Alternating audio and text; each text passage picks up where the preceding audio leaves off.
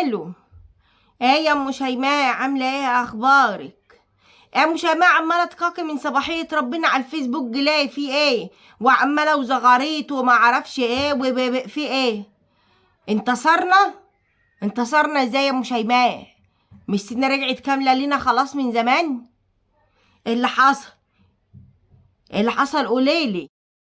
إيه الناس البعدة دول ربنا خدهم ان شاء الله وهنرتاح منهم ومن قرفهم؟ لا. طب امال ايه؟ إيه بقى؟ قدمتي في الخيار القرعه جالك خيار يا ام شيماء؟ مش كنت مقدمه عشان يجيلك قبل رمضان؟ ما جالكيش الخيار. الطماطم رخصت؟ ما رخصتش الطماطم. امال ايه مش؟ طب ما تحكي لي يا ام شيماء وانا هقعد احل فوازير قبل سميحه كده كتير. طلعيني من برنامج عروستي بتاع ماما ساميه ده. هو ايه اللي حصل يا وليه؟ او شيماء الله يرحمه هيتجوز عليكي؟ فرحانه يا تتخلصي منه؟ ايه اللي حصل طيب؟ البيض ماله البيض يا اختي؟ البيض التركي وصل؟ البيض التركي ده هو احنا بنستورد بيض من تركيا وانت فرحانه عشان نستورد بيض من تركيا؟ ايه يا ام شيماء، نسيتي نفسك ولا ايه؟ انت قعدتي 10 سنين يا ام شيماء تقولي لي تركيا كخ تركيا كخ. يا حبيبتي تركيا دلوقتي بقت حلوه وبتزغرطي عشان جالنا بيض من هناك. ماله البيض؟ مستحمي؟ والله محمين البيض مختوم، كل بيضة عليها الختم بتاعها تاريخ الصلاحية. وانتي فرحانة بقى يا ام شيماء؟ الله اكبر. ماله البيض بتاعنا يا ام شيماء؟ عارفة في تركيا يا ام شيماء كده مقضينا سداح مداح كده. هو عارفة مسلسل العيش المسلوق، قصدي العيش الممنوع. شفتي بقى كده الفراخ هناك يا ام شيماء ما بتتجوزش.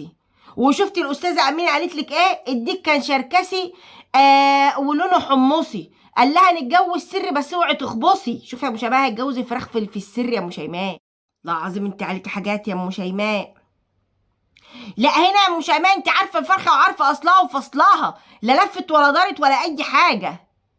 تقول لك انا لا انا ما اتكشفش على ديك غريب. لا اله الا الله يا ام شيماء، عاجبك يعني؟ طب وده هنكلمه ازاي؟ هيفهمنا يعني ولا انا مش فاهمه؟ هيفهمنا يعني بقى دلوقتي مثلا اقول له بيض مسلوق هو يبقى فاهم ولا اقعد اشرح له بقى؟ هيعرف يعمل كيكه ده هو ولا بردك؟ والله يا ام شيماء عليكي حاجات. انا بقى اجي ادخل المطبخ بقى استاذن قبل ما ادخل بقى اقول عدنان بيك شو بيك ايه؟ ولا هعمل ولا عادي؟ عادي خلاص يا ام شيماء خلاص. ما هنشوف بقى نفرح بقى ولا ما خليكي في حالك بقى، سيبيني انا دلوقتي عشان انا سيبيني في حالي. ماشي يا ام شيماء. طب استنى عشان معايا تليفون. استني. الو. ايوه مين؟ ايوه يا معلم مفقوس، عامل ايه يا اخويا؟ ايه عرض على ايه؟ على البيض؟ انت عامل عرض على البيض النهارده؟ ليه خير بقى بكام؟ ب170؟ ما اتحايلت عليك اول امبارح يا راجل تديني البيض ب190 وانت ايه اللي عايز تدولي ب195؟ كنت نادر لا والله. لا خليهولك بقى يا معلم، ارقد عليه. بجد زي ما اكلمك كده ارقد عليه بقى، يطلع لك فراخ يطلع لك معرفش ايه. ماشي يا معلم، يلا حبيبي على السلامه على السلامه. سيبك مرار الطافح الصبح. السلام عليكم ورحمة الله وبركاته. اللهم صل وسلم وبارك على سيدنا محمد وعلى آله وصحبه أجمعين يا رب. اشفي ابني عماد شفاء تام لا يغادر سقما، واشفي كل مريض وفك كرب المكروبين، وانصر اخواتنا واهالينا في غزة والسودان وسوريا ولبنان والعراق واليمن. انصر اخواتنا واهالينا في كل زمان ومكان، واجعل مصر آمنة مطمئنة، حضن لأي حد عايز يتحضن صراحة. نيجي بقى لموضوعنا. من اسبوع كده يا جماعه الحاج عمرو الدباديبي عمل ايه؟ قعد يعني يشرح لنا قد ايه احنا لو جبنا بيض من تركيا الدنيا هتبقى سهله، وقد احنا لو استوردنا بيض من تركيا الدنيا هتبقى يعني تبقى ضربه مقتل للتجار وما اعرفش ايه. وقعد بقى يعدد لنا في مزايا البيض التركي. الله اكبر، يعني غالبا ليه واحد معرفه هناك بيبيض فعايز ينفعه. المهم ما كدبوش خبر يومين ثلاثة يا مؤمن. قال يعني بقى ما كانوش عاملين الصفقة دي بقى لهم شهور وهي لسه جايه لهم. بس بقى زي ما انتوا عارفين الحاج عمرو الدباديبي بيحب الاول يفرش الفرشة كده ويمهد للموضوع. النهارده او امبارح يعني لقينا البيض التركي بدأ ان هو ينزل مصر. بيضة بسم الله ما شاء الله، تعليم اجانب على حق يعني. البيضة بيضة فعلا ومتحمية بقى وعليها ختم بتاريخ الصلاحية. معمولة امتى وتخلص امتى؟ الله والله لو قعدت 10 سنين احنا في التلاجة هناكلها برضك. ما علينا. الناس بقى طالعة فرحانة وايوه بقى وهوبا بقى ودي ضربة في للتجار. هو يا جماعة احنا عايزين الاول نتكلم في نقطتين، لا هما 3. انا الاول مش حذرتكم يا جماعة؟ مش قلت لكم اللي يعرف يبيض يبيض؟ انتوا ستات ليه خايبة؟ يعني ما تدخلوا على اليوتيوب يا جماعة اكتبي كيف تبيضين وبيضي. ادي جالكوا البيض التركي اهو. نقطتين بقى عايزه اتكلم فيهم، وخلينا نتفق على حاجه بس في الاول، ان هي دي نقطه الربط ما بين الموضوع. الجشع والاستغلال اللي احنا عايشين فيه الثلاث 4 سنين الاخرانيين. الجشع والاستغلال من الحكومه ماشي ومن التجار. يعني احنا ما بين هنا اهو، احنا مفعوصين ما بين الاتنين دول. الحكومة لما السنة اللي فاتت عملت الأزمة بتاعت الأعلاف وقالت لك إن الأعلاف مركونة في الجمارك لأن التجار معهمش دولار، لما حصلت أزمة الدولار دي شوية وارتفع الارتفاع المهول اللي كان فيه، إن التجار ما قدروش يجيبوا أعلاف، هم ما عندهمش دورة الفراخ بتاعتهم ما اشتغلتش. فإيه اللي حصل؟ بقى زيادة عندك في سعر الفراخ، زيادة عندك في سعر البيض، لأن المعروض اقل بكتير من اللي انت محتاجه. فانا هنا هتحكم في السعر لعده اسباب، اولها ان انا ما عنديش اصلا.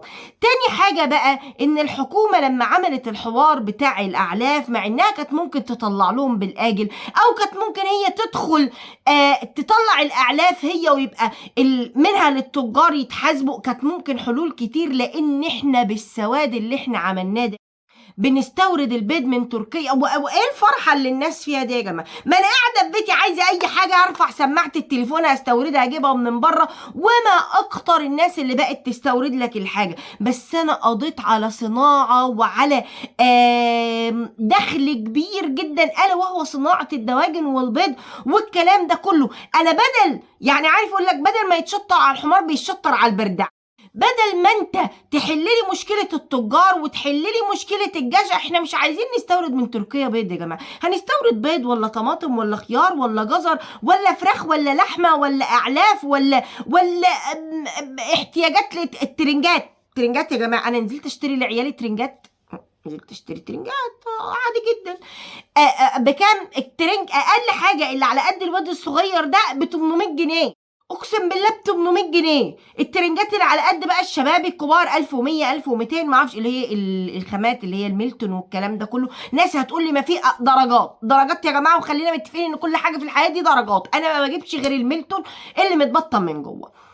المهم علشان بس ما نخرجش في الموضوع، احنا عايزين نستورد مسؤولين عندهم ضمير، احنا عايزين نستورد مسؤولين وتجار عندهم ذمه. لكن احنا عندنا جشع في كل المجالات، عندنا استغلال في كل المجالات. هو البيض بس اللي غلي يا جماعة؟ يعني انا عايز افهم، انت بتقولي ده ضربة مقتل للتجار، هو ضربة وللتجار، والبيض فعلا سعره رخص النهاردة. بس انت كنت تقدر تتحكم في السوق. من حوالي شهر كده او حاجة الحكومة قبضت على 4 من اباطرة البيض، اللي هو من تجار البيض بقى الحيتان، وثبت عليهم تهمة ان هم كانوا بيتلاعبوا بالسوق، وان هم كانوا بيتلاعبوا في الاسعار، وان هم كانوا محتكرين للبيض وبيبيعوه باسعار على مزاجهم. كانت الحكومة بقى هنا تقدر تتدخل. لكن انتوا بقى عايزين تجاملوا بعض وتجاملوا تركيا، واحنا رجعنا بقى زي السكينة في الحلاوة، وما ناخد البيض من عندك ومنت احنا بمزاجكم. هو مش من شهر، مش من 10 سنين كانت تركيا كخة ومحدش يجي ومحد انتوا واللي يتكلم لا انت نفسي انا اشوف الناس اللي كل شويه تدخل تعلقلي تقول لي ده انت اخوان، ده انت فكرك اخوان. طب اديكوا رايحين تجيبوا البيض من تركيا، بقت حاجه تركيا دلوقتي. هو يا جماعه ما تشوفوا الاقتصاد بتاعنا، ما تشوفوا الجشع اللي احنا بنمر بيه، ما تشوفوا الازمه اللي احنا فيها حلوها. مش كل لما نتزنق هنروح نستورد. طب بعد ما نستورد ما انت بترجع تاني تعمل لي ازمه للدولار. هو ما هو سهل نروح نستورد كل اللي احنا عايزين نجيبه. انت بتقضي على صناعة انت كنت فيها حاجة كبيرة. من كام سنة كده كان مصر اعلنت ان هي عندها اكتفاء ذاتي من البيض والفراخ، وانا طلعت حتى وعملت فيديو قلت بسم الله ما شاء الله اول مرة يبقى عندنا اكتفاء ذاتي من حاجة. الاكتفاء ده راح فين؟ راح ورا جشع مسؤولين كان كل همهم ان هم يستغلوا الازمة اللي احنا فيها دي ويعبوا في كروشهم. هرقبي انا حاسه يا جماعه ان انا افورت. لا سواء الفيديو ده انا همنتجه 30 مره. انا بجد متغاظه، انا متغاظه. الناس كلها فرحانه، ايوه بقى البيض التركي ايه يعني البيض التركي وصل يعني. ويقول لك بقى ايه، كرتونه البيض هتتراوح من 120 ل 140.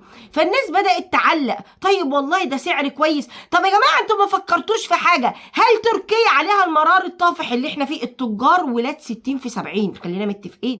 واللي احنا فيه ده بسبب التجار وبسبب المسؤولين. تمام خلاص، احنا في جشع من الاتنين، جشع من التجار وجشع من الحكومة. بس بقى تركيا بتتحاسب بسعر السولار زي ما انت ما بتتحاسب. يقول لك اصل انا بلف الفراخ، واصل انا عربيه نقل، واصل انا. هل تركيا بتتحاسب سعر الكهرباء اللي احنا بنتحاسب بيه؟